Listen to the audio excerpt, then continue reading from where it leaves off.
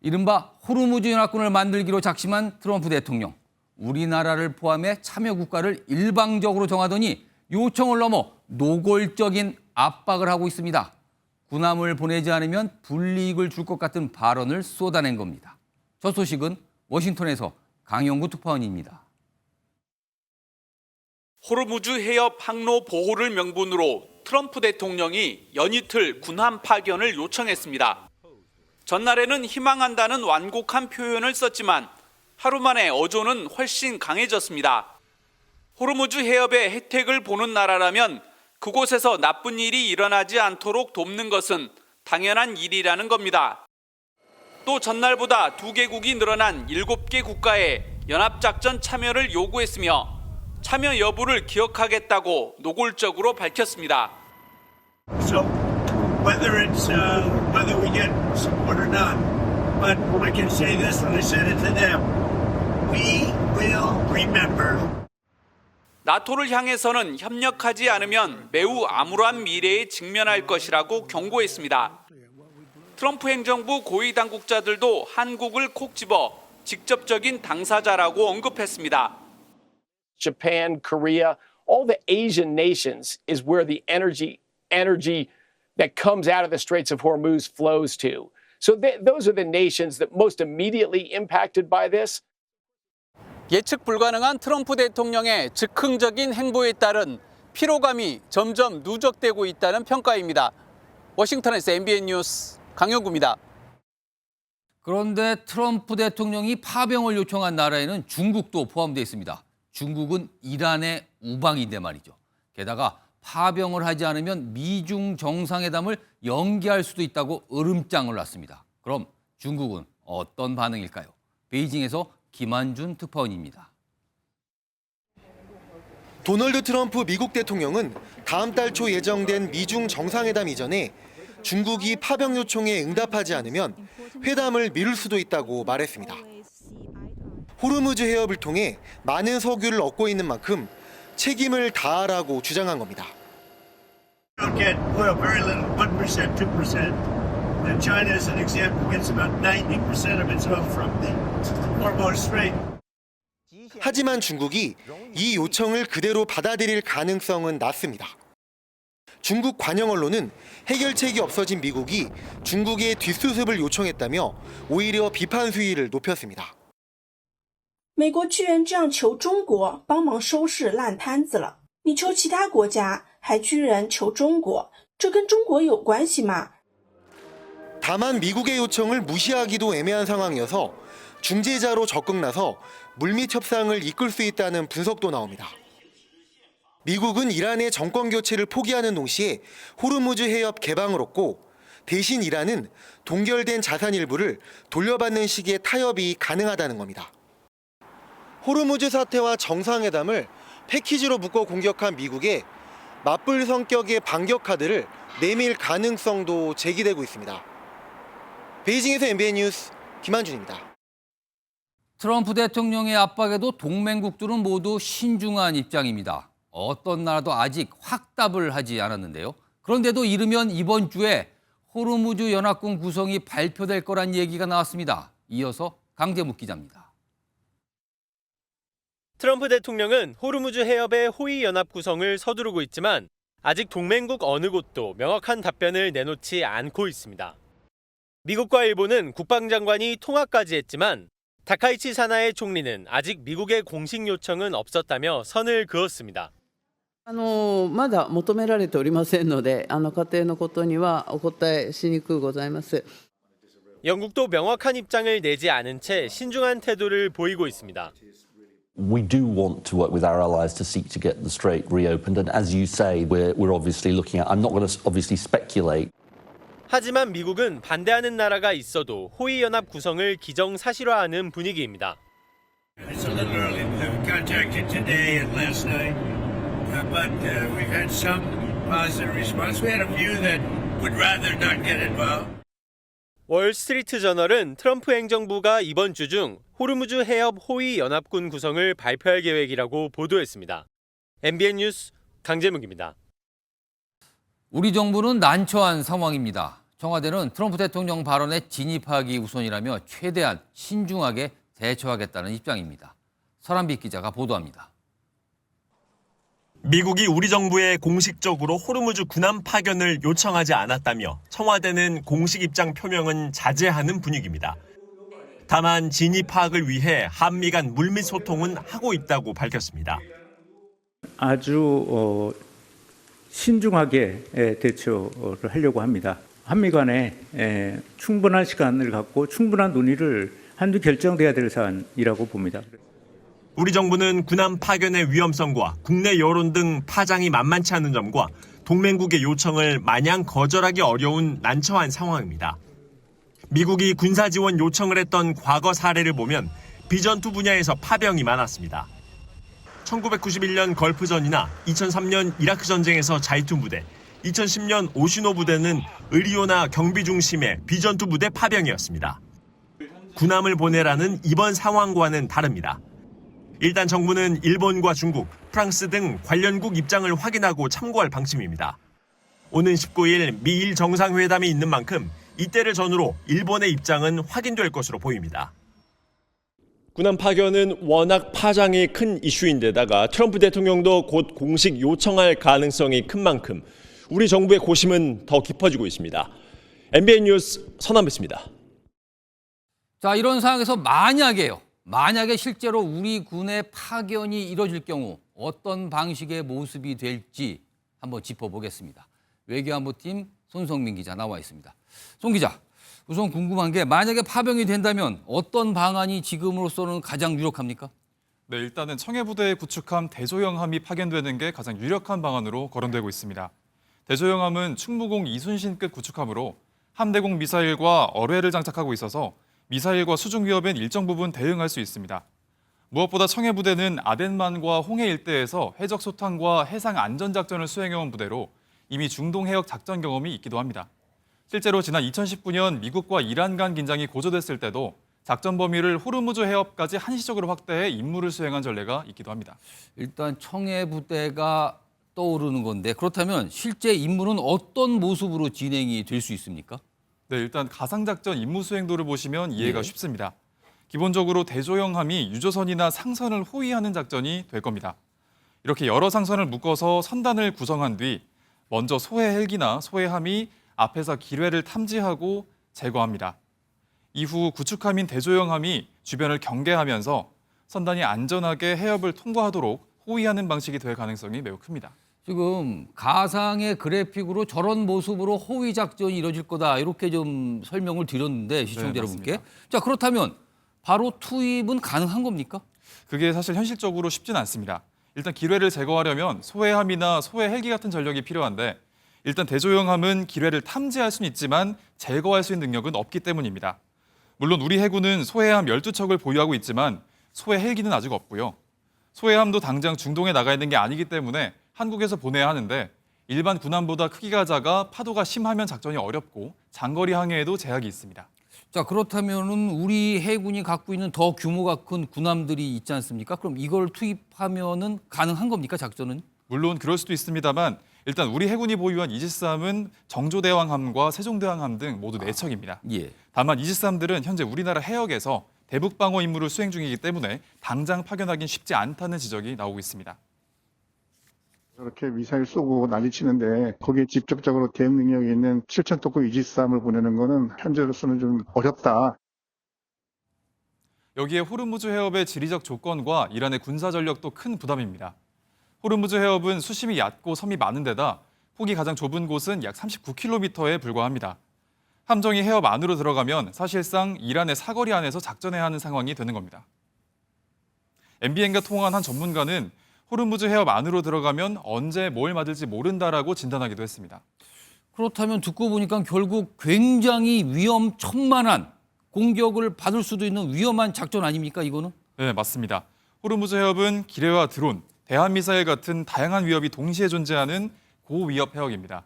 또 해적 대응 중심으로 임무를 수행해온 청해부대 전력만으로는 기뢰 제거 같은 임무에 한계가 있다는 점도 고려해야 하겠습니다. 그렇군요. 여러 가지 고민 우리 정부 지금 하고 있을 것 같습니다. 자, 지금까지 손성민 기자였습니다. 최근 트럼프 대통령은 왜 호르무즈를 장악하지 못하냐고 참모에게 화를 냈다고 합니다. 해협 장악이 뜻대로 안 되고 있다는 건데요. 결국 남은 카드는 지상군 투입이란 분석입니다. 이한나 기자가 보도합니다. 미군 전력에 자신감을 보이며 호르무즈 장악을 수차례 언급한 트럼프 대통령. When will the Navy start escorting tankers through the Straits of Hormuz? 지난주 열린 백악관 회의에서 댄 케인 미국 합참의장에게 왜 미국이 호르무즈 재개방을 하지 못하냐며 화를 낸 사실이 전해졌습니다. 이란이 호르무즈 해협에 기뢰를 설치하고 봉쇄할 수 있다는 군의 보고를 받고도 전쟁을 승인했지만 상황이 악화되자 군을 탓한 겁니다. 트럼프 대통령이 호르무즈의 위험을 과소평가했다는 해석이 나오는 가운데 해상작전의 한계가 드러났다는 지적도 있습니다. 결국 지상군 투입이 더 확실한 카드라는 분석입니다. 이란 남부 해안 연안에 있는 각종 대한미사일과 드론 발사대가 여전히 남아있기 때문에 결국 미 해병대가 상륙해서 지상전을 통해서 소멸시켜야지. 이런 상황에서 중동에 급파된 일본 주둔 해병대 2,500명과 상륙함 한 척이 현지에서 어떤 역할을 맡게 될지 관심입니다. MBN 뉴스 이한나입니다. 무수한 공습을 받은 이란은 지금 무엇으로 전쟁을 하고 있을까요? 요격이 어려운 드론에다가 악마의 무기라고 불리는 집속탄이 등장했습니다. 여기에 더해 그동안 숨겨왔던 괴물 미사일까지 꺼내들었습니다. 이동현 기자가 보도합니다. 미사일이 떨어지자 도로는 순식간에 검은 연기와 파편으로 뒤덮입니다. 소방관들은 차량에 붙은 불길을 잡는 데 여념이 없습니다. 탄두 속에 있던 수십 개의 자탄이 공중에서 터지는 집속탄 공격으로 악마의 무기로 불리며 국제사회가 금지한 무기입니다. I came from the house. I saw exactly black stuff coming from the sky front of my face. 이란은 또 이번 전쟁에서 처음으로 숨겨둔 탄도미사일 세질을 꺼내들었습니다. 미사일 세질은 고체 연료를 활용하기 때문에 발사 준비 시간이 짧고 압도적 상승 속도로 미국의 사전 탐지를 피할 수 있습니다.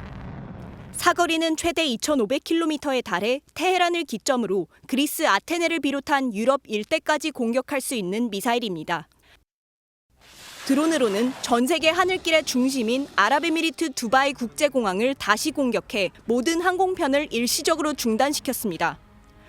또 호르무즈의 대체 항로로 꼽히는 푸자이라 항구도 재차 공격하면서 한때 재개됐던 석유 선적은 또다시 중단됐습니다. 이스라엘도 이란 테헤란의 연료 저장소를 폭격하는 등 이란군 지휘본부와 방위 시스템, 무기 저장소 등 200곳 넘게 공격했다고 밝혔습니다. MBN 뉴스 이동현입니다. 이란의 새 최고 지도자 모즈타바는 지금까지 모습을 드러내지 않고 있습니다. 부상설과 외모 훼손설이 계속 나오는 이유인데요.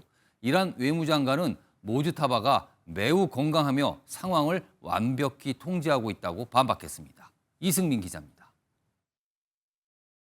이란 내부에서도 모즈타바 관련 보도가 전무한 상황에서 반체제 언론과 외신들은 모즈타바 신변에 대한 추측성 보도를 쏟아내고 있습니다.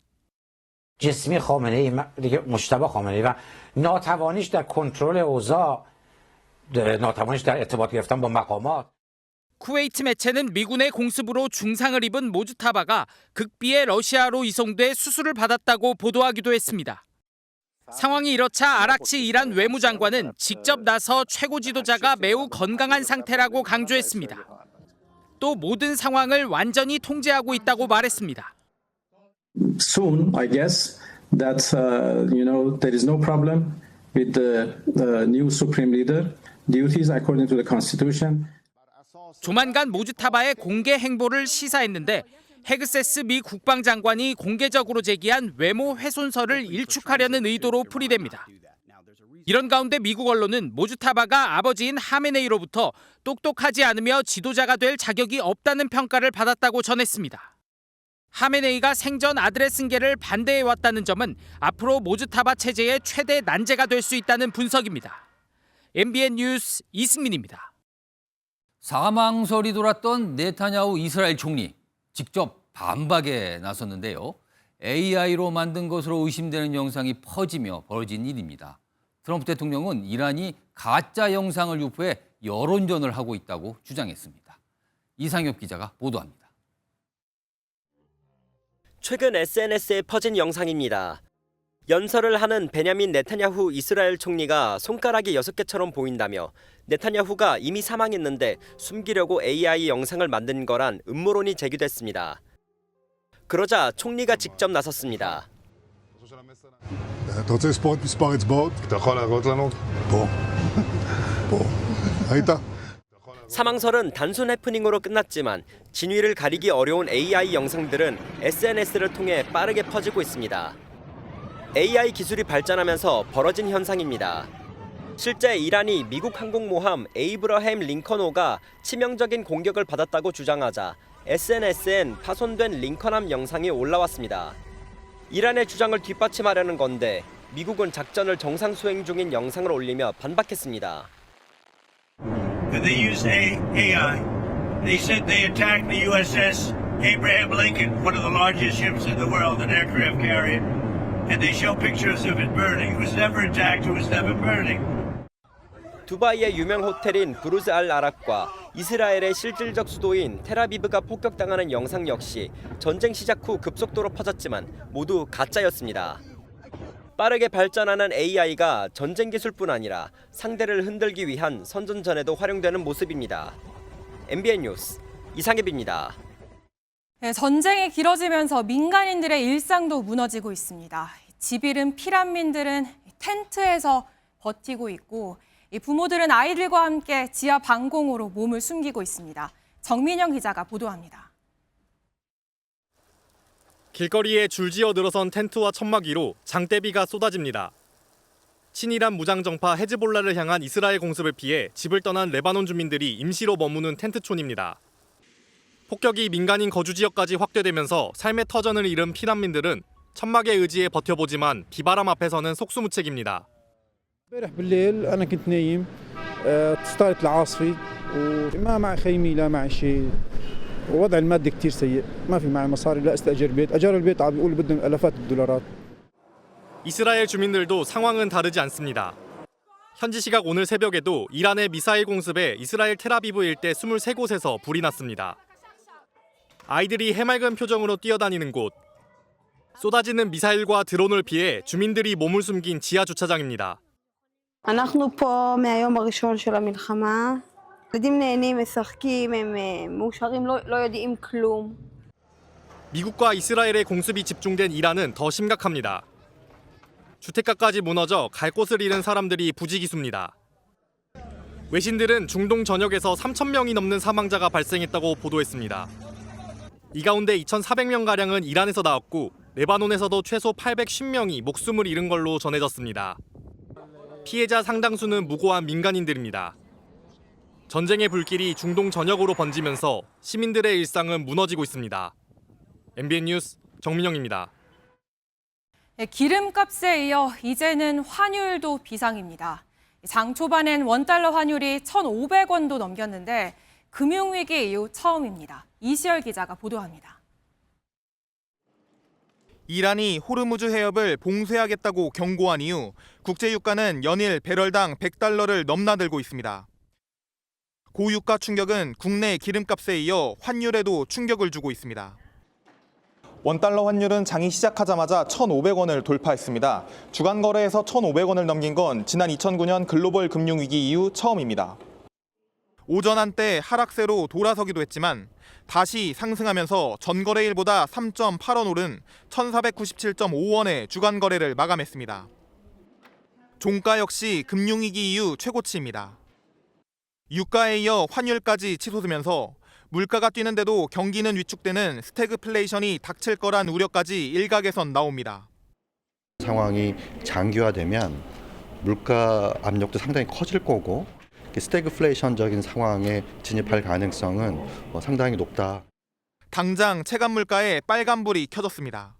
환율 상승으로 수입 물가가 높아지고 있기 때문입니다. 태국산 닭고기를 사용하는 한 패스트푸드점의 치킨 가격은 세 조각에 10,000원을 돌파했고 반려동물 수입 사료값도 치솟고 있습니다. 전쟁 관련해가지고 수입산을 저희는 쓰다 보니까 아무래도 2배, 3배 정도는 조금 더 부담이 많이 되고 있는 것 같긴 해요. 전쟁이 장기화 조짐을 보이고 있어 환율 1,500원이 뉴노멀이 될 수 있다는 우려가 커지고 있습니다. MBN 뉴스 이시열입니다. 네, 사건 사고 소식으로 이어갑니다. 17년간 울산 봉대산에 100번 가까이 불을 질렀던 봉대산 불다람쥐를 기억하십니까? 이 남성이 올해 첫 대형 산불이었던 경남 함양 산불의 범인으로 드러났습니다. 경찰은 오늘 이 남성을 구속했습니다. 강진우 기자입니다. 지난달 21일 축구장 300여 개를 태우며 대형 산불로 기록된 함양 산불. 앞서 1월과 2월 초 이미 2건의 전조 산불이 인근 야산에서 발생했습니다. 공교롭게도 3건 모두 불이 나기 2시간 전 발화 지점으로 이동하던 60대 남성과 그의 차량이 포착됩니다. 혐의를 부인하던 남성은 CCTV와 주거지에서 나온 라이터와 화장지를 들이밀자 그제야 자신의 소행이라고 자백했습니다. 최근에 산불 뉴스를 보고 희열감을 느꼈고 불을 지르고 싶은 충동을 참지 못하고 불을 질렀다고 진술하고 있습니다. 더 놀라운 것은 이 사람이 십수년 전 유명했던 울산 봉대산 불다람쥐와 동일인이라는 사실입니다. 지난 1994년부터 17년 동안 울산 봉대산과 마골산에 96차례에 걸쳐 산불을 지른 인물입니다. 그는 감옥에서 10년을 복역하다 5년 전 고향인 함양에 정착한 뒤 고르쇠 등을 채취하며 평범하게 살았던 것으로 알려졌습니다.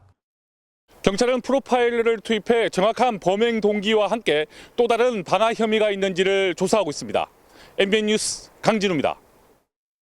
고속도로 한복판에 세워진 이 승용차를 피하려다 이 차량 여러 대가 부딪히는 사고가 났습니다. 이 사고로 한 명이 숨지고 2명이 다쳤는데 멈춰서 있던 차량 운전자 만취 상태였습니다. 강세훈 기자입니다. 주행 중인 차량 앞에 교통사고 현장이 나타납니다. 급히 방향을 바꾸지만 뒤따르는 차량과 부딪히고 맙니다. 앞서 발생한 1차 사고는 고속도로 한가운데 서 있던 승용차를 7톤 트럭과 1톤 트럭이 잇따라 부딪히면서 발생했습니다. 이 사고로 1톤 트럭 운전기사가 숨지고 동승자 2명이 다쳤습니다. 운전석에 이제 몸이 끼어 있으셔가지고 구조를 하시는데 좀 많은 어려움이 있었고 의식 자체가 좀. 사망자가 발생한 차량입니다. 이처럼 앞부분이 심하게 파손돼 사고 당시의 충격을 고스란히 보여주고 있습니다. 사고의 원인이 된 40대 승용차 운전자는 크게 다치지 않은 것으로 전해졌습니다. 경찰 조사 결과 면허 취소 수치의 만취 상태로 고속도로 한복판에 차를 세워놓고 있었던 것으로 파악됐습니다. 현장 출동 경찰관들 물어보니까 그냥 일체 말을 안 하신대요. 그래서 음주만 확인하고. 경찰은 승용차 운전자를 음주운전 혐의로 입건했습니다. 만약 차를 고의로 세운 것이 드러나면 교통방해 혐의를 추가로 적용하는 것도 검토하고 있습니다. MBN 뉴스 강세훈입니다. 네, 강북 모텔 연쇄살인 사건 피해자 김소영의 추가 범행이 또 드러났습니다. 김소영이 건넨 약물 음료를 마신 남성 피해자 3명이 더 확인된 겁니다. 장덕진 기자가 보도합니다. 김소영이 한 남성의 손을 잡고 골목길을 걸어갑니다. 잠시 뒤 홀로 나타난 김소영은 택시를 타고 사라집니다. SNS 등을 통해 만난 남성들에게 약물이 섞인 음료를 마시게 해 2명을 살해하고 1명을 다치게 한 혐의로 구속 기소된 김소영의 모습입니다. 약물 건넨 이유가 뭡니까? 살해 의도 있으셨나요? 그런데 경찰 수사 결과 김소영이 건넨 음료를 마신 피해자가 3명 더 있는 것으로 파악됐습니다. 이들은 지난해 10월부터 지난 1월까지 김소영이 건넨 와인과 숙취해소제를 마신 것으로 조사됐습니다. 이 가운데 1명에게서 김소영이 처방받은 약물인 벤조디아제핀 성분이 검출됐고 1명은 검출되지 않았는데 또 다른 1명의 분석 결과는 아직 나오지 않았습니다. 추가 피해자 2명은 김소영이 준 음료를 먹고 잠을 오래 잤다며 신체 이상을 호소하기도 한 것으로 알려졌습니다. 하지만 김소영은 약물이 든 음료를 건넨 사실이 없다고 혐의를 부인하는 것으로 전해졌습니다. 한편 김소영의 국선 변호사는 법원에 변호인을 사임하겠다는 의사를 밝힌 것으로 파악됐습니다. 경찰은 추가 피해자를 상대로 정확한 사건 경위를 수사하고 해당 사건을 검찰에 송치할 계획입니다. MBN 뉴스 장덕진입니다. 전자발찌도 스마트워치도 수차례에 걸친 경찰 신고도 소용이 없다면 불안해서 살 수 있겠습니까? 남양주 스토킹 살인 사건을 막지 못한 경찰에 대한 질타가 이어지자 경찰이 부실 대응에 대한 감찰에 나섰습니다. 윤기란 기자입니다. 그제 경기도 남양주의 한 길거리에서 범행을 저지르는 순간 피의자의 발목에는 전자발찌가 채워져 있었습니다. 스토킹 혐의로 피해 여성에 대한 접근 금지 명령도 내려진 상태였습니다. 하지만 정작 가해자가 피해자에게 접근했다는 경보음이 피해자는 물론이고 보호관찰관에게도 울리지 않았습니다. 피의자가 이번 사건 피해 여성이 아닌 별개의 성범죄 사건으로 전자발찌를 찬 탓에 정보가 공유되지 않았기 때문입니다. 피의자가 피해자의 차에 2차례나 위치 추적 의심 장치를 설치하는 등 사안이 심각하다고 판단한 경찰은 구속영장을 신청함과 동시에 영장 발부 전이라도 피의자를 유치장에 가둬두기 위한 조치를 마련하고 있었다고 밝혔습니다. 이른바 스토킹 잠정 조치 4호입니다. 문제는 경찰이 한 단계 낮은 잠정 조치 3의 2호, 즉 피해자 접근 시 자동 경보는 고려하지 않았고 그 사이 이처럼 안타까운 일이 벌어졌습니다. 경찰의 안일한 대처에 청와대가 직접 나섰습니다. 이재명 대통령은 관계당국의 대응이 더뎠고 국민의 눈높이에 한참 못 미쳤음을 엄하게 질타했습니다. 경찰은 부실 대응과 관련해 감찰에 착수했다고 밝혔습니다. 경찰에 체포되기 직전 다량의 약물을 복용한 피의자는 병원에서 의식을 찾고 회복 중인 걸로 알려졌습니다. 피의자에 대한 구속영장 실질 심사는 내일 열립니다. MBN 뉴스 윤기란입니다. 논란이 되는 사건 사고를 알아보는 사건 추적 시간입니다. 오늘도 주진희 기자와 함께합니다. 첫 번째 사건 볼까요? 수상한 모텔방이라고 되어 있는데 건장한 남성들이 모텔방 앞에 서 있는 모습을 보니까 어딘가 수상해 보이긴 합니다. 무슨 사건인가요? 네, 바로 영상 보시면서 설명드리겠습니다. 예. 한 남성이 모텔방 안으로 들어가는 모습 보이시죠? 예. 그리고 4명의 건장한 남성들이 따라 들어오는데 이 방이 맞냐는 수신호를 주고 봤더니 이렇게 말합니다. 체포해. 아니 우리는 파주임에서 강력 3팀이에요. 이거 주사위에 모텔방에서 몰래 마약을 투약하려고 했던 피해자를 현장에서 바로 검거했고요. 차량을 뒤져보니까 주사기가 무더기로 발견됐습니다. 예, 주사기만 1,500개, 그 무더기 주사기가 1,500개나 됐던 거죠. 이걸 이렇게 모아둔 것도 신기한데 범인을 잡은 경찰도 참 신기합니다. 네, 저도 그게 참 궁금해서 검거 영상에서 가장 앞장섰던 강력 팀장에게 주사기 등 자초지종 한번 들어봤습니다. 예. 호텔이나 이런 데서 해서 그걸 놔두고 나오면 이제 신고가 들어가면은 이제 단서가 될 수 있으니까는 그걸 처분을 못하고 계속 자기 차에다가 보관하고 있었던 거예요. 1,500개 정도면 상당히 상습범 아닌가요? 지금은 거의 그냥 뭐 이게 뭐 성시적으로 해왔다고 보는데. 결국에는 버리지 못해서 쌓아뒀던 주사기들이 오히려 상습 투약 범인을 방증하게 됐던 거죠. 또 개인 마약 투약범들은 사람들의 시선을 피하려고 차 안이나 모텔방을 주로 이용한다고 합니다. 저희가 이제 SNS 모니터링 이제 하던 중에 이제 그런 그 마약과 관련된 그 메신저가 이렇게 있으면 저희가 들어가서 이제 작업을 하는 거죠. 사실 몰래 마약을 하려고 이용하는 SNS 네. 어디선가 경찰은 다 지켜보고 있는 겁니다. 그래서 잡았던 거군요. 네, 그렇습니다. 다만 이 피해자 원래 구속됐었는데 재판부에 보증금을 내고 치료받겠다는 서약을 한 뒤 풀려났다고 합니다. 예, 다음 사건 보겠습니다. 쾅쾅쾅이라고 되어 있는데 사고가 굉장히 커 보입니다. 차량 위에 차가 또 올라가 있는 모습까지 지금 보이고 있는데 어떤 사고였나요? 네, 하마터면 정말 큰일 날 뻔했던 사고입니다. 사고 이후 영상 모습 한번 보시면요. 터널 안에서 차량들이 틈새 없이 부딪혀 있는 모습 보이실 겁니다. 네. 심지어 중간에는 차량 위에 차량이 올라가 있고요. 아래 차량의 윗부분이 우그러져 있습니다. 오늘 아침 대전 구봉터널에서 차량 12대가 추돌해서 다행히 숨진 사람은 없었지만 15명이나 다쳤습니다. 네. 현재까지는 앞선 차량 5대가 먼저 추돌하고 뒤따르던 차량 7대가 2차 추돌을 한 것으로 보이는데요. 경찰은 출근길 정체 중 운전자 부주의로 사고가 연이어 발생한 것으로 보고 있습니다. 예, 정체길 특히 이렇게 터널 안에서는 주의가 필요합니다. 지금까지 주진희 기자였습니다. 다음 소식입니다. 다이어트 열풍을 넘어 광풍이 위험 수위에 다다르고 있습니다.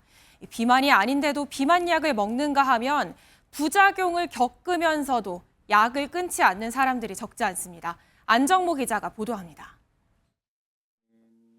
배꼽 주변에 주사로 투여하는 비만 치료제 마운자로. 식욕 억제와 혈당 조절 효과로 수요가 폭증하면서 이른바 다이어트 약의 성지인 서울 종로 5가에서조차 구하기 어렵습니다. 마운자로 전량 제공 없습니다. 마운자로 전용량 품절입니다. 마운자로는 BMI 27 이상의 과체중 환자나 비만 환자만 맞아야 하는데 정상 체중인 사람들도 처방받는 게 현실입니다. 한국이 좀 마른 여성을 선호하는 분위기이기도 하고 다이어트가 어렵게 느껴지는데 이게 맞아보니까 좀 쉽게 할 수 있는 것 같아서. 다이어트 광풍은 먹는 비만약도 마찬가지입니다. 한 조사에 따르면 식욕 억제제를 복용해본 성인 10명 중 6명이 비만을 진단받진 않았지만 체중을 줄이려고 먹었다고 응답했습니다. 비만 진단을 받고 복용했다는 응답은 34.6%에 불과했습니다. 먹는 식욕 억제제는 대부분이 마약류여서 의존성이나 중독 위험을 안고 있습니다. 실제로 식욕 억제제를 먹어본 응답자 10명 중 7명은 불면증이나 우울증 같은 부작용을 경험했습니다. 하지만 대부분은 복용을 중단하지 않거나 약을 잠깐 끊었다가 다시 복용했습니다.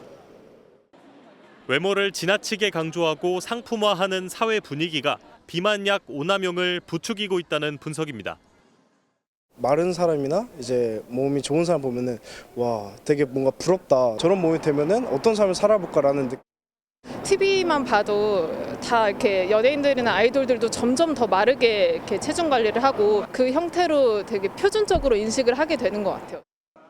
무분별한 약물 사용은 불안과 성격 변화 같은 정신적 부작용은 물론 심할 경우 자살 충동까지 이어질 수 있어 각별한 주의가 필요합니다. MBN 뉴스 안정모입니다. 전쟁 여파로 가뜩이나 수입 물가가 오르는 와중에 닭은 물론 소, 돼지 전염병까지 확산하면서 계란의 고깃값까지 줄줄이 오르고 있습니다. 홍지호 기자의 보도입니다. 세종시의 한 대형마트 계란 매대. 30개 한 판이 할인해도 7,000원입니다. 25개짜리 동물복지 유정란은 17,000원에 육박합니다.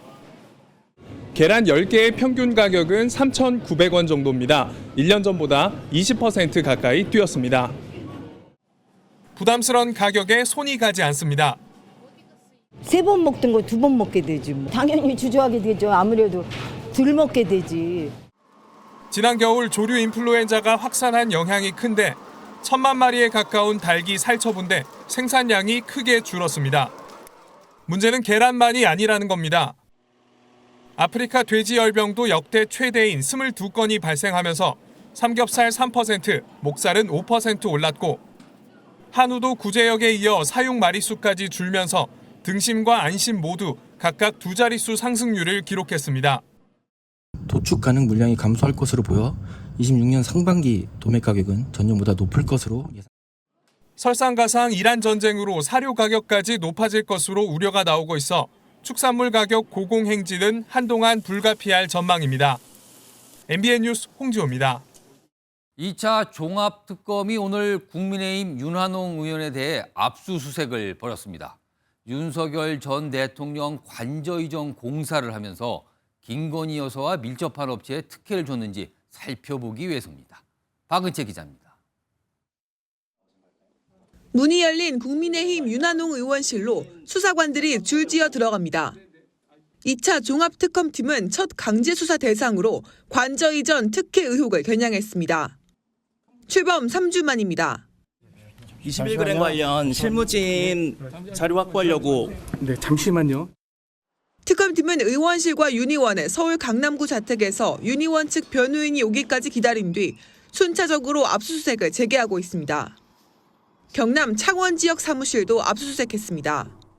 특검팀은 윤석열 전 대통령 취임 후인 2022년 5월 종합건설업 면허가 없는 업체 21g이 대통령실과 관저 이전 공사를 수의로 계약하며 특혜를 받았다는 의혹 수사에 착수했습니다.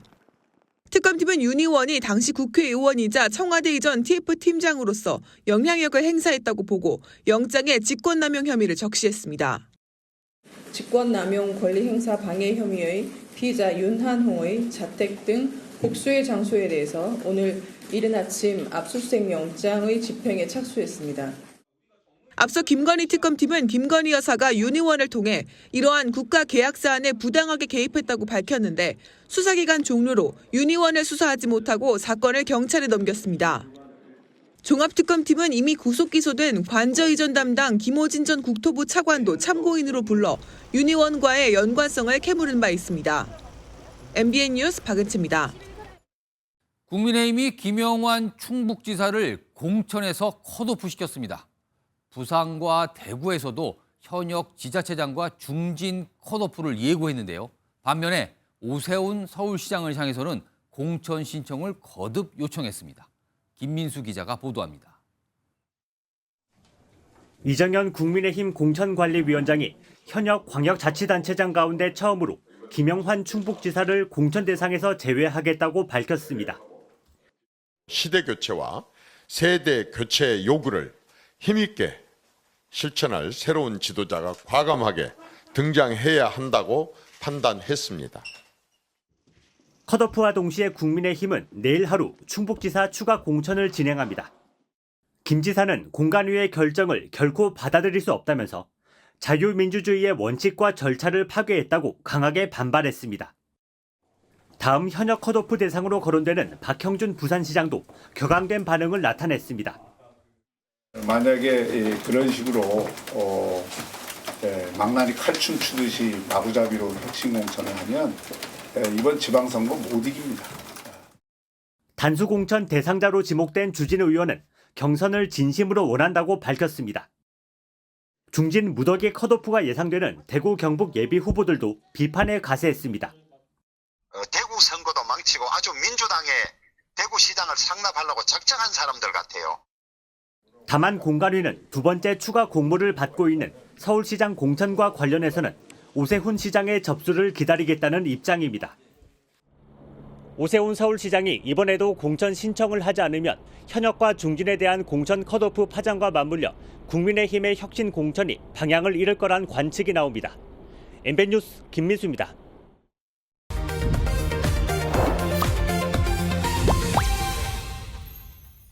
정치 톡톡 시간입니다. 정치부 정태진 기자와 시작해 보겠습니다.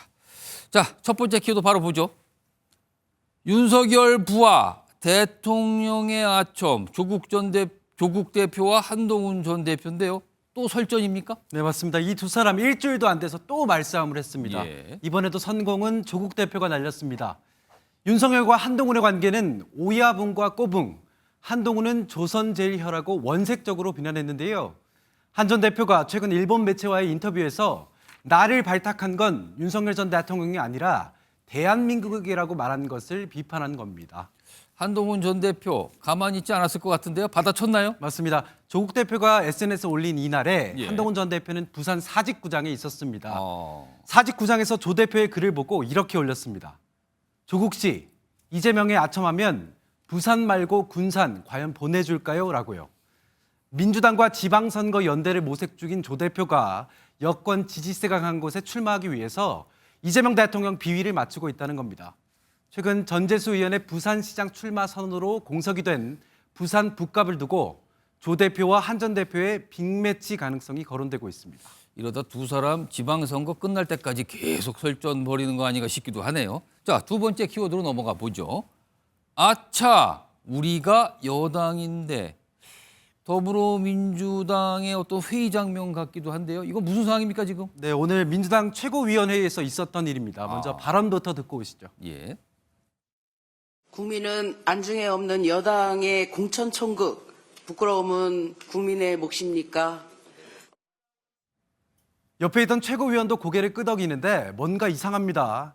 지금 민주당이 여당인데 말실수한 겁니다. 문 최고위원의 눈빛이 살짝 흔들리는 모습도 포착됐습니다. 정권 초기에 이런 실수는 많이 포착됩니다. 그래서일까요? 정청래 대표는 당의 이름을 강조했습니다. 어느 신문 제목에 보니까 이번 6.3 지방선거와 관련해서 제목이 이렇게 뽑혔나 봐요. 민주당 순항, 국민의힘 난항. 정권 초기면 사실 여당, 야당 본인들도 막 혼동되는 경우도 이번에 나타난 것 같네요. 자, 마지막 키워드로 넘어가 보겠습니다. 화장품 쏜다. 이재명 대통령과 김혜경 여사 사진인데요. 이건 어떤 상황입니까 지금? 네, 어제 이재명 대통령과 김혜경 여사가 예고 없이 예. 창원의 한 전통시장을 찾았습니다. 김 여사가 한 화장품 가게에서 통 크게 한턱 쐈습니다. 보시죠. 눈 돌아가는데요, 소장님. 애 뺏기는 것도 있구나, 이거. 지난번에 1일 일단 하신다는 게 그랬어요. 그것도 하나 사줘.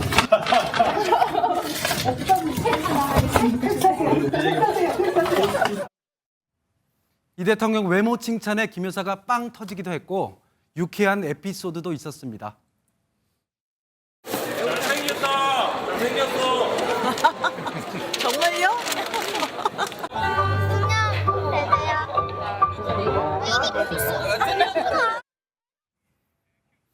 대통령 부부가 시장 방문 등 민생 행보에 집중하고 있는 모습입니다. 저런 모습 굉장히 유쾌해 보이긴 해요. 저런 모습 많이 좀 있었으면 좋겠습니다. 자, 지금까지 정태진 기자였습니다. 수고했습니다.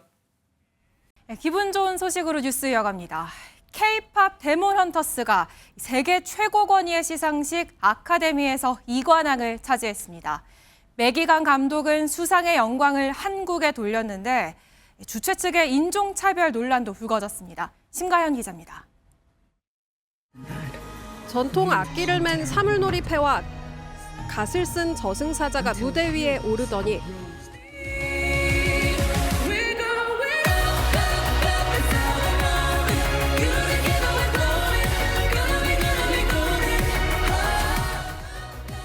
캐대언의 걸그룹 헌트릭스의 노래에 맞춰 할리우드 스타들이 응원봉을 흔듭니다. 지난해 글로벌 흥행 돌풍을 일으킨 캐대헌이 제98회 미 아카데미 시상식의 주인공이 됐습니다. 한국 문화와 정서를 담은 서사는 주토피아2, 엘리오 등 쟁쟁한 후보들을 제치고 장편 애니메이션상을 거머쥐었고 And the Oscar goes to K-pop Demon Hunter. And for those of you who look like me, I'm so sorry that it took us so long to see us in a movie like this. This is for Korea and for Koreans everywhere. 영화의 핵심인 주제곡까지 수상의 영예를 나누며 K 콘텐츠의 저력을 증명했습니다. And I realized like the song, this award is about not about success, it's about resilience. You know, people made fun of me liking K-pop, but now everyone's singing our song. 편견을 딛고 2관왕에 올랐지만 여전히 인종차별이 의심되는 장면도 펼쳐졌습니다. 이제 동료가 소감을 이어가려는 순간 퇴장 음악이 나오며 마이크가 내려가 버린 겁니다. CNN 등 주요 외신까지 K-팝 팬들을 분노하게 할 장면이 연출됐다며 그들에게 더 많은 시간이 주어졌어야 한다고 주최 측을 비판했습니다. 전 세계의 공감과 지지를 받으며 골든글로브에 이어 오스카까지 거머쥔 K 콘텐츠가 써내려가는 새로운 역사에 전 세계의 시선이 향하고 있습니다. MBN 뉴스 심가현입니다. 바늘구멍 같던 채용 시장에 숨통이 좀 트일까요? 모처럼 대기업들이 대규모 채용에 나섭니다. 채용 시장의 화두는 단연 AI라고 하는데 현장 분위기를 신용수 기자가 취재했습니다. 캠퍼스에도 어느덧 봄이 찾아왔습니다. 졸업을 앞둔 대학생들의 마음에는 취업에 대한 기대감과 긴장감이 교차합니다. 취업 준비생들 사이에서 단연 화두는 AI입니다. 아무래도 AI 기업이나 IT 쪽이 연봉도 높고 인식도 좋다 보니까 그쪽으로는 꼭 생각을 하고 있는 것 같습니다. 실제로 한 설문조사에서 취업준비생들은 AI 관련 기업들을 선호하는 것으로 나타났습니다. 특히 SK하이닉스가 조사 이래 처음으로 삼성전자를 제치고 1위를 차지했습니다. 삼성전자와 SK하이닉스, 현대차 등 취업준비생들의 선호도가 높은 기업들 모두 올 상반기 채용을 진행합니다. 기업들은 정부의 청년 고용 확대 기조에 맞춰 최대한 많은 규모로 신입사원을 채용한다는 방침입니다. 하지만 채용문이 여전히 좁게 느껴진다는 청년들의 목소리도 많습니다. 기본적으로 인턴 2-3개씩은 들고서 이제 공채에 뛰어드는 경우가 훨씬 많다 보니까 뽑고 있다고 하는데 사실 체감이 되지는 않고 있고요. 특히 기업들이 AI 활용 능력을 필수 스펙으로 요구하면서 준비 부담은 더 커졌습니다. 워크플로우 중에 어떤 부분을 AI로 자동화하고 효율화할 수 있는가, 이거에 대한 문제 인식과 문제 해결 능력, 설계 능력까지 직무와 상관없이 지금 전체적으로 요구받고 있는 역량입니다. 반도체와 AI가 주도하는 채용 시장의 변화 속에 기업의 높은 눈높이를 맞춰야 하는 취준생들의 부담도 그만큼 더 커지고 있습니다. MBN 뉴스 신용수입니다. 소득이 적은 노인에게 지급되는 기초연금, 부부가 함께 살면 덜 받게 된다는 사실 알고 계셨습니까? 이재명 대통령이 부부가 함께 사는 게 불이익이 돼선 안 된다며 제도 개선 의지를 밝혔습니다. 표선우 기자가 보도합니다. 이재명 대통령이 자신의 SNS에 올린 글입니다. 이 대통령은 기초연금 감액을 피하려고 위장 이혼을 하는 경우까지 있다고 꼬집었습니다. 현재 기초연금은 만 65세 이상 노인 중 소득이 하위 70%인 사람에게 지급됩니다. 단독 가구는 월 소득 인정액 247만 원 이하, 부부 가구는 395만 2천 원 이하일 때 대상이 됩니다. 지급액은 1인당 월 34만 9,700원. 하지만 부부가 모두 받을 경우에는 각각 20%씩 깎여서 27만 9,760원씩만 받게 됩니다. 함께 살면 생활비 부담이 줄어든다는 취지지만 이런 감액이 저소득층 생계를 더 쪼들리게 한다는 지적도 이어져 왔습니다. 기초연금이 충분하게 생활비만큼을 주는 게 아니었거든요. 정액급여를 풀로 받아도 사실은 부족한 금액이기 때문에 저소득층 같은 경우에는 좀 많이 좀 아쉬웠습니다. 정부는 소득 하위 40%인 노인 부부부터 현재 20%인 감액률을 2030년까지 10%로 낮추는 방안을 추진 중입니다. 이 대통령도 앞으로 연금을 손볼 땐 가난할수록 더 많이 받을 수 있는 하후 상박을 제안하면서 논의는 속도가 붙을 전망입니다. 문제는 재정인데 부부 감액 제도를 단계적으로 폐지할 경우 2030년까지 5년간 연평균 3조 3천억 원, 총 16조 7천억 원의 추가 재정이 필요할 것으로 분석됐습니다. MBN 뉴스 표선우입니다.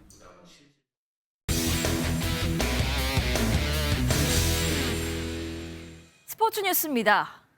17년 만에 WBC 8강 진출이란 결실을 거둔 야구대표팀이 오늘 새벽 귀국했습니다.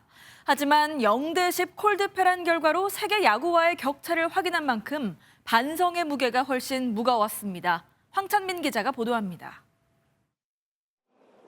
입국장에 들어서는 야구대표팀 선수들의 표정에는 피로감과 아쉬움이 교차합니다. 17년 만에 WBC 8강 진출에 성공했지만 도미니카 공화국에 당한 0대10 콜드게임 패배는 선수도 팬도 웃지 못하게 했습니다. 이번 대회를 끝으로 20년간 달았던 태극마크를 반납한 류현진부터 반성했습니다. 국제 대회에서도 통할 수 있게끔 선수들이 아무래도 조금씩 더 많이 기량이 조금씩 더 올라가야 되지 않을까라는 생각. 대회 5경기 동안 홈런 10개와 볼넷 22개를 내주며 기록한 실점만 29점. 특히 직구 평균 시속은 146.3km로 참가 20개국 중 18위에 그치는 등 마운드의 한계가 여실히 드러났습니다. 전체적으로 프로와 투수 쪽의 어떤 육성이나 이런 부분들을 한 번쯤은 생각을 해야 되는 어떤 시기인 것 같습니다. 그나마 젊은 타자들이 국제 무대에서 가능성을 확인하고 온 것은 성과입니다. 올스타급 선수이기 때문에 한 명 한 명 치는 것도 되게 유심히 지켜봤고 8강 진출의 성과보다 육성 시스템 혁신이라는 더 큰 숙제를 확인한 야구 대표팀. 다가올 나고야 아시안게임 등 국제 무대 경쟁력 강화를 위한 전면적인 정비에 들어갈 예정입니다. MBN 뉴스 황찬민입니다. 날은 포근하지만 연일 초미세먼지가 기승입니다. 오늘 서울 도심에서 남산타워를 바라본 모습인데요. 먼지에 갇혀 형체만 희미할 뿐이었습니다. 내일도 대기가 정체되면서 전국 대부분 지역의 대기질이 탁하겠고요. 수도권과 충남은 초미세먼지 비상 저감 조치가 시행되겠습니다. 또 오전까지 충청과 호남 내륙에는 안개까지 뒤엉켜 가시거리가 더 짧아지겠습니다. 교통안전에 유의하셔야겠습니다. 내일은 기온의 일교차가 더 커지겠습니다. 서울의 아침 기온 2도로 오늘만큼 쌀쌀하겠지만 낮에는 15도까지 올라 오늘보다 더 포근하겠습니다. 내일 먼지만 아니라면 하늘 자체는 맑겠습니다. 아침에는 내륙 곳곳으로 서리가 내리는 곳이 있겠습니다. 내일 중부지방 춘천의 아침 기온은 영하 2도, 대전은 1도까지 내려가겠지만 낮에는 16도까지 오르겠습니다. 남부지방도 광주의 낮 기온 18도, 대구는 17도까지 올라 오늘보다 더 포근하겠는데요. 아침과의 기온차는 무척 크겠습니다. 수요일인 모레는 전국 대부분 지역에 봄비가 내릴 전망입니다. 날씨였습니다.